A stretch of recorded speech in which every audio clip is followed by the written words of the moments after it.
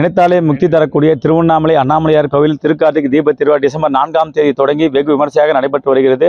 இந்த தீபத் திருவிழாவின் முக்கிய நிகழ்வாக வருகிற டிசம்பர் 13ஆம் தேதி கோவில் பின்புறமுள்ள 2668 அடி உயரம் கொண்ட மகாதீப மலை மீது 6 மணி அளவில் மகாதீபம் ஏற்றப்படும். இந்த மகாதீப தரிசனத்திற்காக ஆண்டுதோறும் நீதிமன்ற உத்தரவுப்படி 2500 பக்தர்கள் அனுமதிக்கப்படுவார்கள். தற்போது நவம்பர் 30 மற்றும் டிசம்பர் 1ஆம் தேதி திருவண்ணாமலையில் வரலாறு காணாத மழை காரணமாக தீப மலை மீது பல்வேறு இடங்களில் நிலச்சரிவு ஏற்பட்டது. அந்த நிலச்சரிவு காரணமாக இந்த மலை மீது டிசம்பர் 13ஆம் தேதி பக்தர்கள் அனுமதிக்கலாமா இல்லையா என்பது குறித்து கேள்விக்குறியாக உள்ளது.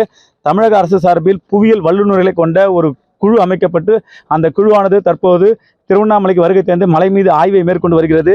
தற்போது நம்முடைய திருவண்ணாமலை மாவட்ட ஆட்சியர் பாஸ்கர பாண்டியன் இருக்கிறார்.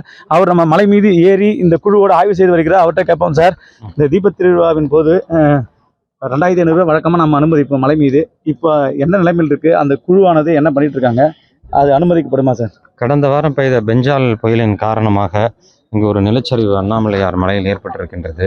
அந்த நிலச்சரிவை முன்னிட்டு தற்போது இந்த மலையானது தீப திருவிழா அன்று பக்தர்களை ஏற்றுவதற்கு ஸ்திரத்தன்மையுடன் இருக்கிறதா இல்லையா என்பதை ஆய்வு செய்வதற்காக புவியியல் மற்றும் சுரங்கத்துறையினுடைய ஆணையாளர் அவர்கள் டாக்டர் ப்ரொஃபஸர் ஹேமலதா என்பவருடைய கொண்டு மற்றும் நமது மண்டல இணை இயக்குனர் அவர்களுடன் இணைந்து 8 நபர்களை கொண்ட குழுவானது அமைக்கப்பட்டிருக்கின்றது. இந்த குழுவானது இன்றைய தினம் இப்போது ஆய்வுகளை மேற்கொண்டு வருகின்றது. இவர்கள் இந்த மலையானது ஸ்திரத்தன்மையுடன் இருக்கிறதா என்பதை ஆய்வு செய்து அரசுக்கு அறிக்கையை சமர்ப்பிப்பார்கள். அதன் அடிப்படையில் முடிவு செய்யப்படும். இந்த அறிக்கையானது இன்று அவர் ஆய்வுக்கு காலையில் கிளம்பியிருக்காங்க. இந்த அறிக்கையை அவர் என்னைக்கு சமர்ப்பிப்பாங்க சார் தமிழக அரசிடம்?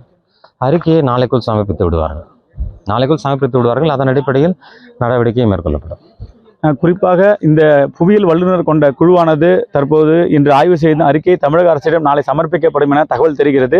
இந்த தகவலின் அடிப்படையில் தான் 2668 அடி உயரம் கொண்ட இந்த மகாதீப மலை மீது மகாதீபத்தன்று பக்தர்கள் அனுமதிக்கப்படுவார்களா என்பது தமிழக அரசு தான் முடிவு செய்யும். நியூஸ் 18 செய்திகளுக்காக திருவண்ணாமலையிலிருந்து சதீஷ்.